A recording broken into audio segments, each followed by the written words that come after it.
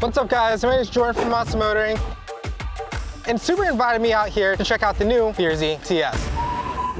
I don't know what to expect, I have no idea. Let's go see it.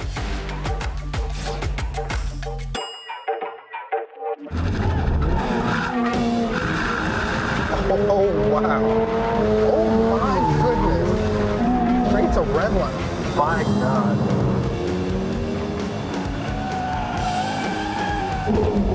Oh my goodness. That's ridiculous. Oh, the grip.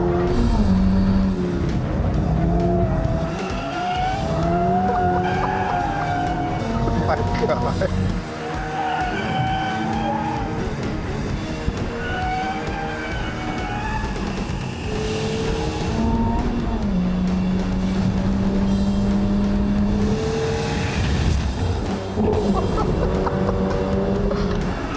Oh, wow.